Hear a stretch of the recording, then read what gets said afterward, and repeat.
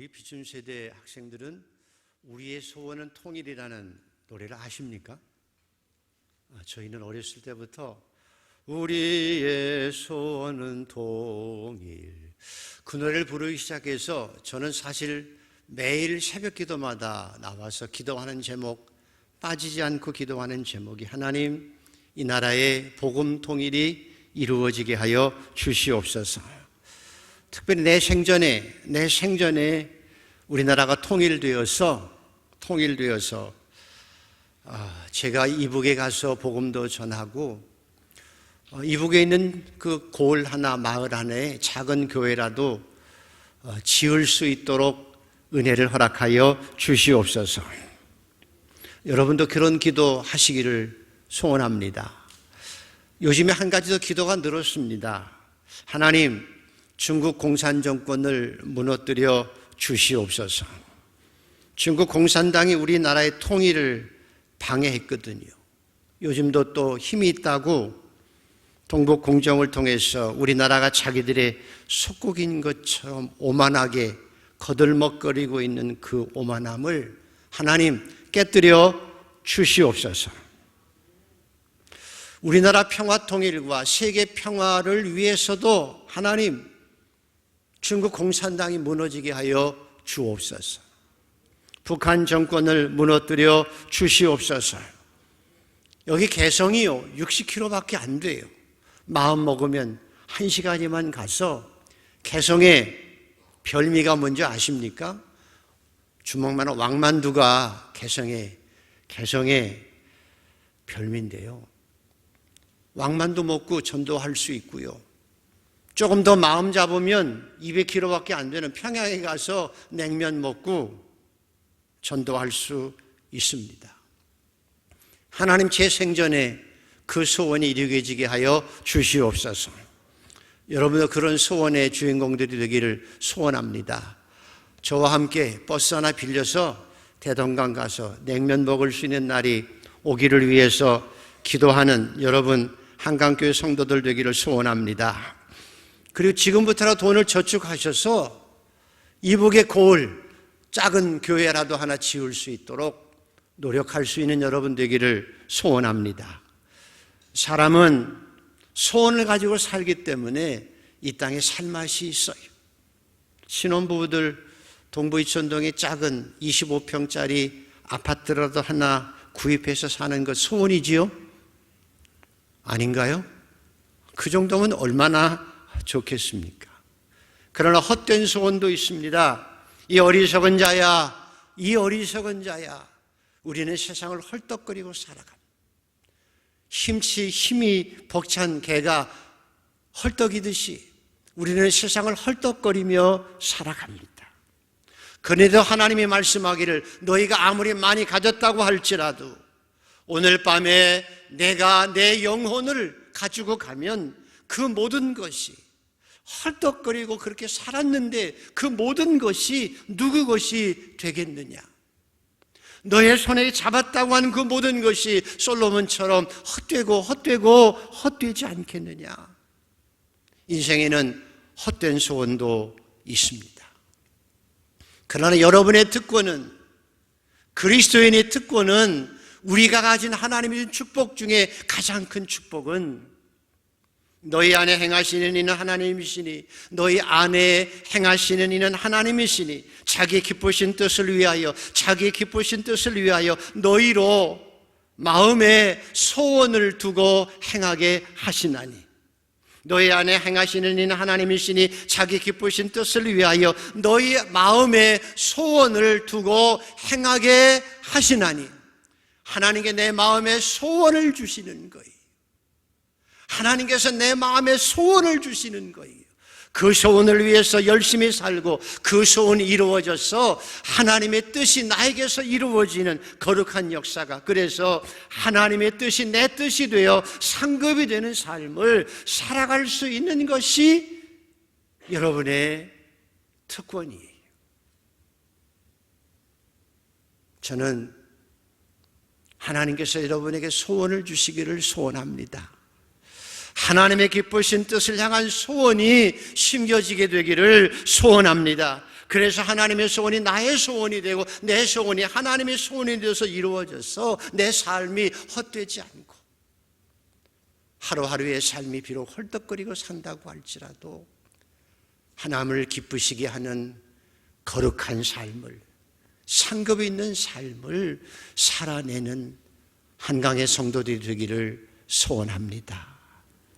하나님, 내 마음에 하나님을 기쁘게 할 수 있는 소원을 허락하여 주시옵소서. 그것을 이루게 하여 주시옵소서.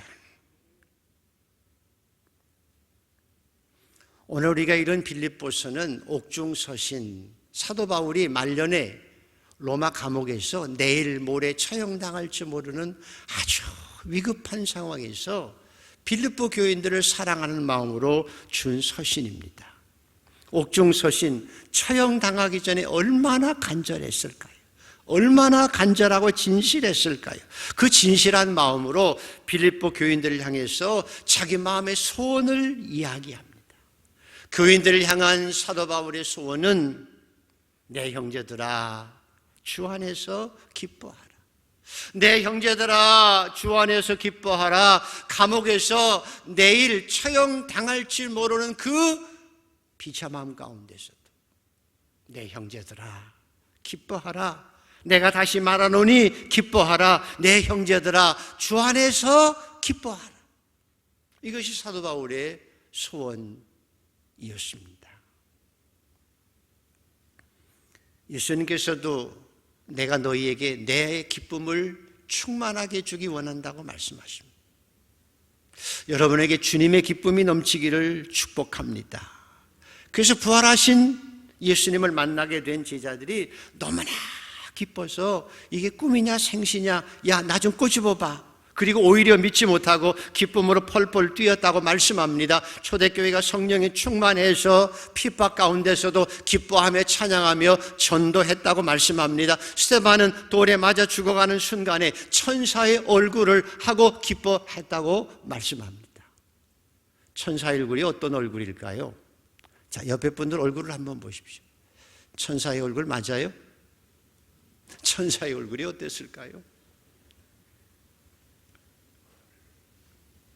스데반이 천사의 얼굴을 하고 죽었다는 거예요. 기쁨에 충만했다는 거지요.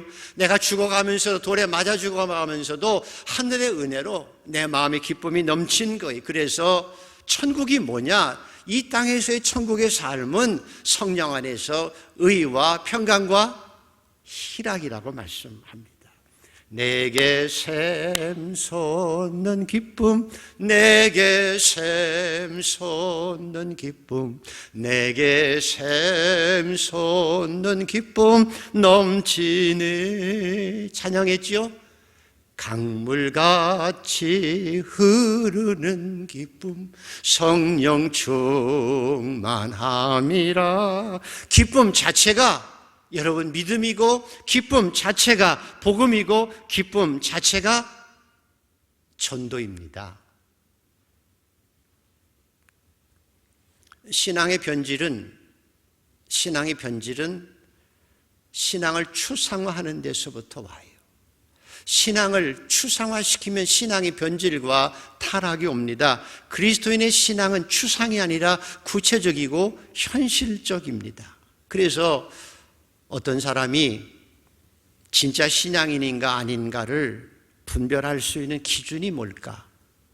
이 사람이 정말 그리스도인인가 아닌가를 구별할 수 있는 기준이 뭘까? 저 사람이 정말 진정한 경건한 사람인지 아닌지 판별할 수 있는 기준점은 그가 기쁨을 가지고 살아가느냐 그렇지 않느냐예요. 기쁨 없이 신앙생활하는 건 신앙인의 불신앙입니다. 십자가의 구원의 은혜를 체험했고 천국 백성이 되었으면서도 나에게 영원한 생명을 얻은 부활이 있음을 아는 사람이 어떻게 기뻐하지 않고 살아갈 수 있겠습니까? 사도 바울은 십자가와 부활을 목격한 빌립보 교인들에게 내가 말하노니 주 안에서 기뻐하라. 내가 다시 말하노니 기뻐하라. 구원받은 기쁨을 가지고 좁은 길을 걸어가며 밤낮 기뻐하며 샘솟는 기쁨으로 살아가기를 소원했습니다. 하나님, 제가 샘솟는 기쁨으로 이 땅을 살아가게 하여 주시옵소서. 아멘. 하나님, 내가 샘솟는 하늘의 기쁨을 가지고 이 땅을 살아가게 하여 주시옵소서. 이것이 사도 바울이 교인들을 향한 소원이었습니다. 이 소원이 한강교회 교인들에게도 이루어지기를 축복합니다. 사도 바울에게 또한 개인적인 소원도 있었습니다. 교인들을 향한 소원도 있었고 개인을 향한 소원이 있었습니다. 자, 10절과 11절을 한번 읽어보시겠습니다. 10절과 11절입니다. 시작. 내가 그리스도와 그 부활의 권능과 그 고난의 참여함을 알고자 하여 그의 죽으심을 본받아 어떻게 해서든지 죽은 자 가운데서 부활에 이르려 하노니, 내가 그리스도와 그 부활의 권능과 그 고난의 참여함을 알고자 하여 그의 죽으심을 본받아 어떻게 해서든 죽은 자 가운데서 부활에 이르려 하노니, 사도 바울의 세 가지 개인적인 소원이 있었습니다. 첫 번째 소원은 내가 그리스도를 아는 것과, 여기 안다고 하는 것은 나홀리 지식 아닙니다. 지식이 아닙니다. 지정의의 온전한 인격적인 하나님과 하나 되는 것을 안다라고 말씀합니다. 유장로님, 결혼해서 부부 생활 해보면 한 몇 년쯤 지나야 하나가 될 수 있던가요?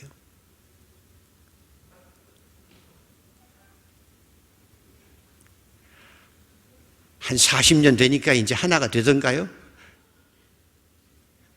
되기는커녕이에요. 여러분, 결혼해서 몇 년쯤 정도 돼야 부부가 하나라고 그러잖아요. 하나. 부부를 아는 것은 그런 거예요. 하나 되는 건데 몇 년쯤 돼야 부부가 하나 되던가요? 이준 장로님은 지금 하나 되셨죠? 아니요. 예. 여기 안다는 말은 하나 되는 거예요. 예수님이 내 안에, 내가 주님 안에, 가지인 내가 예수님한테 딱 붙어 있어서 하나가 되어 저절로 열매를 맺는 그런 모습을 아는 거라고 그래요. 사도 바울은 주님과 하나 되기를 원했습니다. 하나님, 제가 주님을 알기를 원합니다. 여러분도 주님을 알기를 소원합니다. 아멘. 하나님, 제가 주님을 알기를 원합니다. 두 번째 소원은 그 부활의 권능과 고난에 참여하기를 원한다고 그랬어요. 부활의 권능에 참여하기를 원한다. 부활의 권능 네 가지입니다. 기억해 놓으셔야 합니다. 예수님께서 부활하시고 나서 제자들에게 나타나 처음 하시는 말이 너희에게 평안이 있을지어다. 내게 강 같은 평화, 내게 강 같은 평화, 너희에게 평안이 있을지어다. 그게 부활의 권능이에요. 부활의 권능을 체험하면 평화, 하늘에서도 내려오네. 그 평안이 우리에게 넘치는 것입니다. 부활의 권능은 평안입니다. 또한 제자들이 그 모습을 보고 기뻐해서 펄펄 뛰었습니다. 부활의 기쁨은 샘솟는 기쁨입니다. 내게 강 같은 평화, 샘솟는 기쁨, 이게 부활의 권능입니다. 세 번째로는 아버지께서 나를 보내신 것 같이 나도 너희를 보내노라 말씀하신 것처럼 베드로가 죽음이 두려워서 여자의 앞에서 배신하고 욕하고 도망갔지만 나중에 성령이 충만하고 주님이 부활하심을 체험하고 나서는 담대하게 내가 예수의 증인이다. 주님께서 십자가에 죽으셨고 살아나셨다. 내가 증인이다. 담대하게 죽음을 무릅쓰고 복음을 기쁨으로 전했습니다. 부활의 권능은 복음을 전하는 능력입니다. 또 마지막 부활의 권능은 누구든 너희가 누구의 죄든지 사하면 사하여 질 것이요 누구의 죄든지 그대로 두면 그대로 있으리라. 너희가 사람의 잘못을 용서하면 너희 하늘의 아버지께서 너희 잘못도 용서하려니와 너희가 사람의 잘못을 용서하지 아니하면 너희 아버지께서도 너희 잘못을 용서하지 아니하시리라. 용서할 수 있는 능력이 부활의 능력입니다. 자, 한번 따라 하십시오. 혹시 여러분 마음에 미운 마음이 있는 사람, 조금이라도 마음에 미움이 있는 사람 있지요? 남편이든가요? 아내이든가요? 자식이든가요? 부모든가요? 아니면 친구든 간에 여러분 마음 미움이 현재 자리 잡고 있거든. 따라 하십시다. 하나님, 제가 지금 용서합니다. 아니에요? 다시 한번 할까요? 여러분 마음에 조금이라도 미움이 있는 사람이 있거든. 다시 한번 합시다. 하나님, 내가 그 사람을 어떻게 한다고요? 다시 크게 용서합니다. 아멘.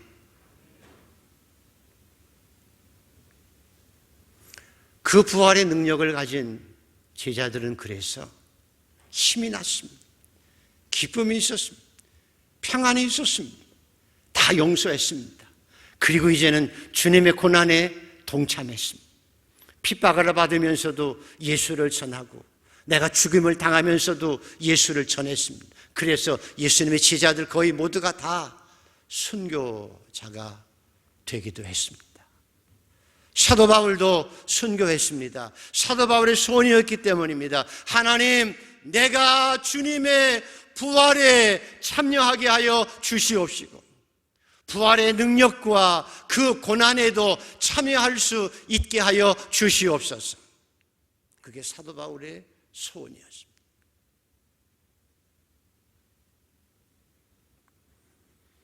여러분도 부활의 권능과 주님의 고난에 늘 동참하며 살아가는 복된 성도들 되기를 소원합니다. 마지막으로 사도 바울의 소원이 어떻게 해서든지 죽은 자 가운데서 부활에 이르려 하노니라고 말씀합니다. 부활에 이르기를 원했습니다. 성경을 보면 죽었다가 살아난 사람이 몇 사람 있지요? 특별히 나사로는 죽은 지 나흘 만에 살아났습니다. 그런데 한번 여쭤볼게요. 예수님께서 살리신 나사로가 사흘 만에 기적적으로 살아났는데 죽었을까요? 안 죽었을까요? 다시 나사로가 살아났는데 예수님께서 살리신 나사로가 죽었을까요? 안 죽었을까요? 죽었습니다. 사실은 조금 오래 살았지만 장례식만 2번 한 거예요. 그래서 이것은 부활이 아니에요. 죽은 자들이 썩지 아니할 것으로 다시 살고 죽은 자들이 썩지 아니할 것으로 다시 살고 죽은 자들이 썩지 아니할 것으로 다시 살고 우리도 변화되리라. We shall be changed. 변화되리라. 어떻게? 죽은 자들이 썩지 않을 것으로 다시 살아나고 부활이란 살아나서 죽는 게 아니고 변화되어서 죽지 않는 모습으로 변화되어지는 것이 부활이에요. 죽을 수밖에 없는 존재, 한 줌의 흙이 될 수밖에 없는 썩어질 존재가 썩어지지 않는 영원히 사는 존재로 변화되는 것이 부활이에요. 이 세상의 인류 역사 가운데 그래서 오직 한 번만 하나님께서 십자가에 죽으신 예수 그리스도를 부활시키신 거예요. 그래서 예수님께서 부활의 첫 열매가 되셨고 언제 예수님께서 이 세상에 재림하시는 그날 저와 여러분도 영광의 몸으로 변화되어 부활하게 되어져요. 그걸 믿기에 성도들은 마라나다 주 예수여 어서 오시옵소서. 이 썩어질 세상에서 나는 주의 자녀로 하나님의 시민권 받은 자로 영광의 부활에 참여하기를 원합니다 라고 선언하며 살았어요. 사도 바울도 그래서 내가 죽기까지 주님을 위해서 헌신하며 살아가지만 나는 주님이 나를 영광에 부활시키는 그날을 위해서 표대를 향해서 쫓아가고 나는 그 영광의 부활에 참여하기를 소원한다고.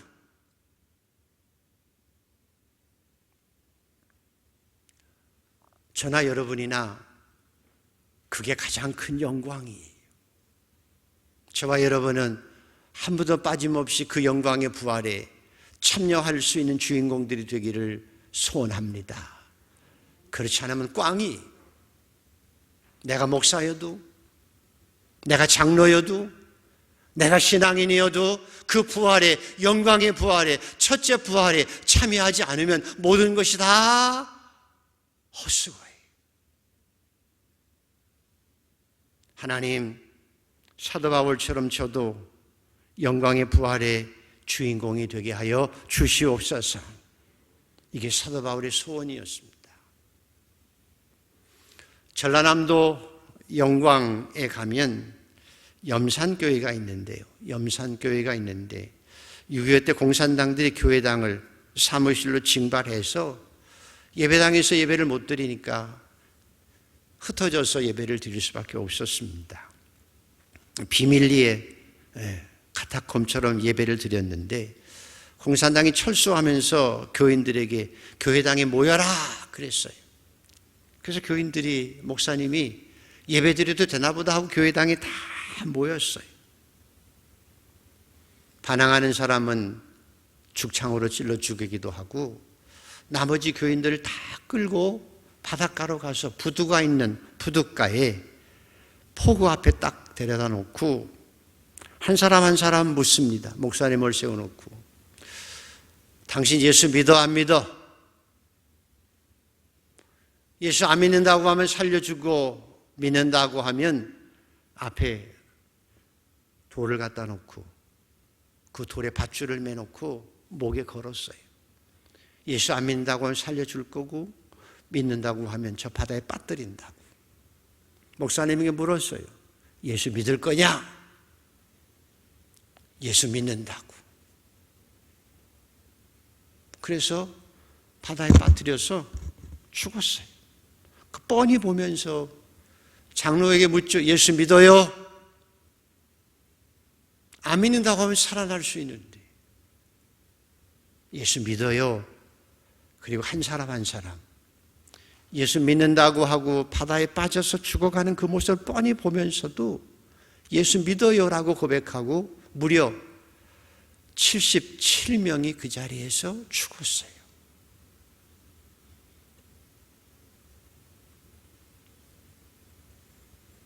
얼마 전에 어떤 권사님이 저한테 전화가 왔어요. 목사님 감사해요. 왜요?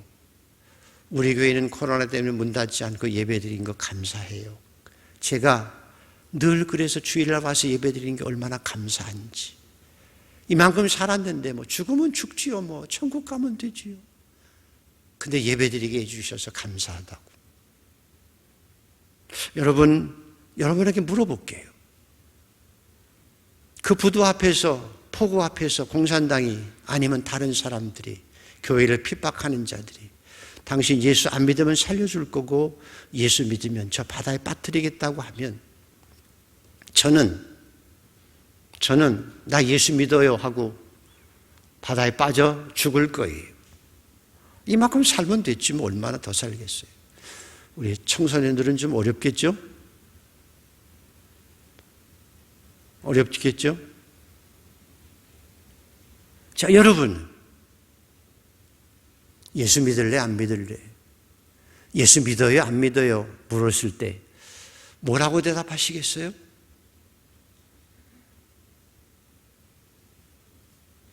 이게 실존이에요. 신앙은 추상이 아니. 내가 지금 여기에서 예수 믿는다고 하면 바다에 빠져 죽는다고 할지라도 나 예수 믿어요 라고 대답할 수 있는 게 신앙의 실존이에요. 이것저것 핑계댈 것 없어요. 변명할 것도 없어요. 그래서 성경은 우리에게 권면해요. 부활의 소망이 없고 내세의 소망이 없다면 우리는 참 불쌍한 사람이다. 그러나 저는 불쌍하지 않아요. 절대 불쌍하지 않아요. 그래서 우리는 끝까지 주님을 믿고 선을 행하며 이 땅을 살며 면류관 받을 그날까지 복되게 살아가는 성도가 되어야 해요. 이것이 신앙의 길이에요.